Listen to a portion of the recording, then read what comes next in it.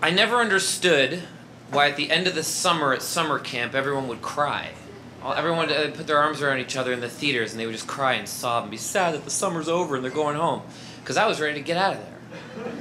In the community that I'm from, we went to summer camp. Our parents sent us to summer camp. July and August, you get shipped off, all the kids, to these, they're like rustic retreats in northern Ontario, and you're there, and they're like a few hundred people, and you're there together at the summer camp to get away from your parents and be independent, and it's just something you did. Our parents sent us to summer camp.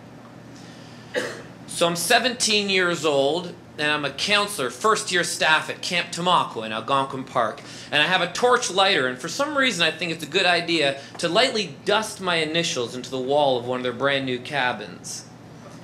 A couple days later, I get called into the office. I'm sitting with the camp director. One's across from me, the other one's beside me.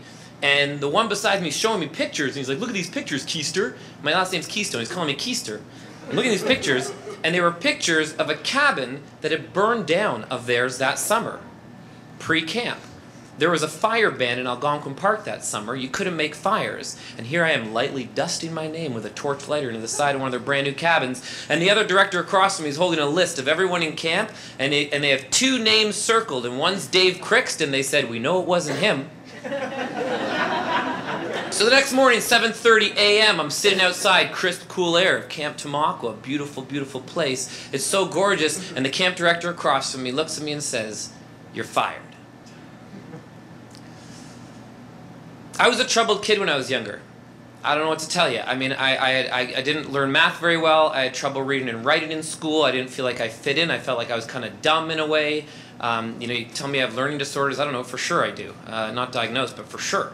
And then at home, I have 3 older sisters and a younger brother, family of 5. I'm 4th in line. My father's a doctor, traveling the world a little bit. My mother's a doctor. She's working hard. We're practically being raised by our nanny, these 5 kids. She has no business raising 5 kids. But so you kind of get lost, And so I'm like, searching for attention in that world too.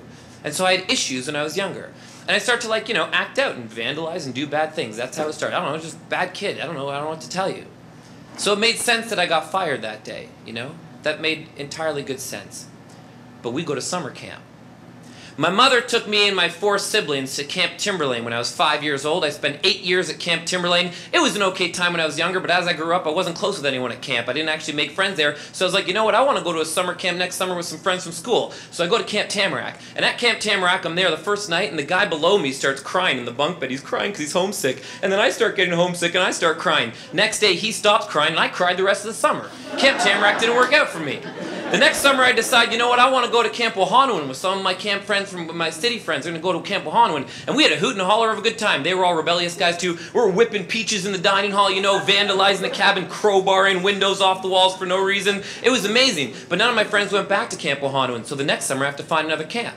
And so I go to camp. Where did I go? Sorry, I can't believe I'm stuttering here and waiting for a second. I went to Tamarack, then I went to Wahanoan. Oh, my buddy says, let's go to Camp Tamaqua. It's in Algonquin Park. Let's go do this. So I go to Camp Tamaqua, and I have an okay time, but the camp doesn't like me because I'm a rebellious guy. So they don't ask me back. And when you're 16 years old at summer camp, you have to go, it's your counselor in training summer. So you're a CIT. They have to invite you back to camp. So Camp Tamaqua doesn't want to invite me back as a CIT. So my mom calls in a favor to Camp Timberlane and says, my son needs to go to a camp as a CIT. We invite him back, and they're like, yeah, okay, you can come as a CIT. They didn't like me that summer, so they didn't invite me back as staff. So then I get on the phone with Camp Tamaqua, and I'm like, listen, I've reformed my ways. Will you please give me a second chance? So I go back to Camp Tamaqua, and that summer, 5 weeks in, I dust my name in the wall, and I get fired.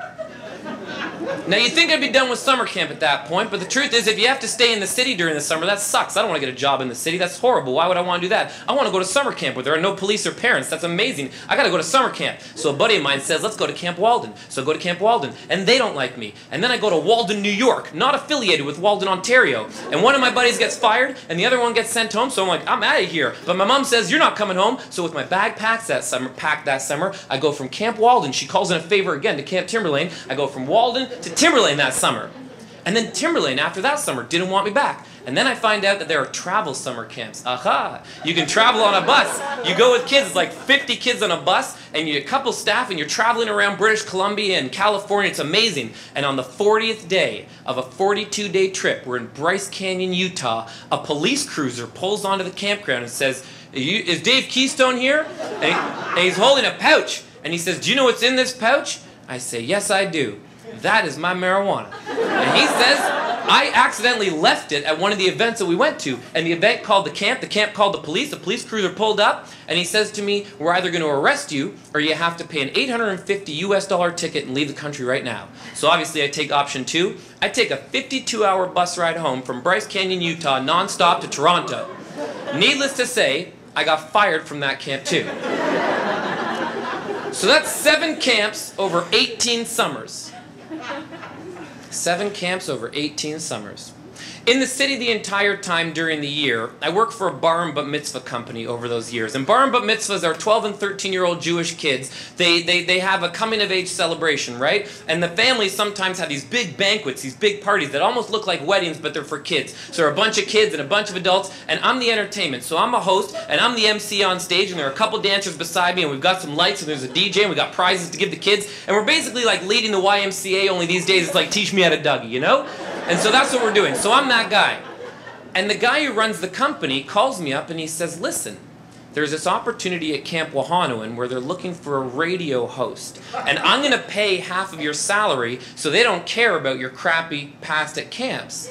The reason he's going to pay the salary is that the Jewish kids go to summer camp during the summer, and so it's good business for him to have a guy on site representing his company at the summer camp. So he wants to pay to send me to this summer camp, so I say fine. First night at camp, evening program for the staff. And I'm standing outside, and I'm about to walk into this dining hall. There's like 200-300 people in there, and I'm going to host Fear Factor. You know, this like staff evening program. And I don't know any of these people very well at all. I hardly know any of them. And I'm standing outside a dining hall, and I've got neon tight pants on and a neon pink tank top, and I got like ribbons hanging from my arms and a mohawk, you know, wig and a goggles on, like I look like an idiot ready to go in and host this show, you know. I'm like a cross between like Pride and Mad Max, you know. I'm just getting in there, right? And I go into the dining hall, and I freak out, and I host the best evening program they ever seen, man. I had people chugging, you know, things of worms and taking bites of onions and chugging milk and vomiting into the thing, and it was just unbelievable. And there's music and there's prizes, and it's amazing, you know.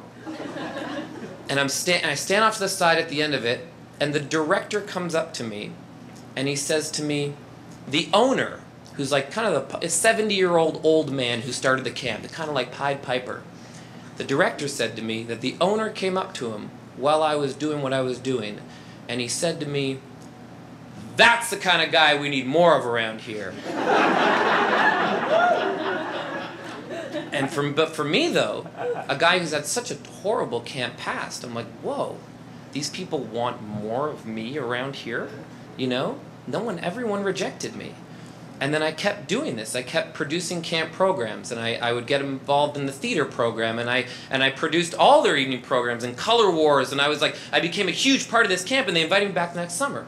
And then they invited me back next summer, and the next summer, and the next summer. And this becomes a place where I get to like exercise all of my creative juices. Any idea I have, they support it. It's unbelievable. I'm like, tomorrow I want 2,000 marshmallows at the dining hall for a marshmallow food fight, and you bet 7:30 a.m. there are 2,000 marshmallows on my cabin doorstep. I say to some kids, I'm like, I have 5 kids, I'm like, we're going to leapfrog from one end of camp to the other end of camp. It's going to take us like 8 hours, but we're just going to do it. And the kids are like, yeah, we're going to do this. I'm like, yeah. And we leapfrog, and people are like, why? And I'm like, just cuz, you know? And everyone's okay with that. It's unbelievable. This becomes a place that is celebrating me. For the first time in my life, I'm somewhere where I can be completely myself. I walk in a dining hall in the morning wearing a cowboy outfit and like suspenders, look like an idiot, and everyone's like, yeah, man, you're awesome. High fives all around. Unbelievable. And then I run into the owner of Camp Timberlane one day, and he says, hey, man, I hear you're doing good things. I want you to come and be on our head staff at Camp Timberlane. And so I go to Camp Timberlane for a summer, but he wants me to be more authoritative figure, and I'm not a good authoritative figure, so I go back to Wahanoan. And then another year, I run into the owner of Camp Tamaqua, camp that fired me 14 years earlier, and he says, we heard you're doing good things at Wahanoan. Why don't we have a meeting and see if you can't come and be a part of our head staff? And I had a meeting with them, but I'm like, no, I have a good thing going at Wahanoan. This is unbelievable. I love Wahanoan, you know? And I stay at Wahanoan. I spend the last 10 years of my 28-year camping career as, in my opinion, the best program director that any camp has ever seen. I don't care what anybody says. It was unbelievable. I didn't have to fit into any mold. People had to fit into my mold at camp, you know? And I'll tell you. Yeah. Yeah. No, for real, though. For real. Because for me, it it gave me me. It was a place where I could be myself. I never experienced that before, and it was unbelievable, and I'm so thankful for it. And on that last night of that last camp banquet, I stood in that theater, and it emptied out, and I cried. Thank you.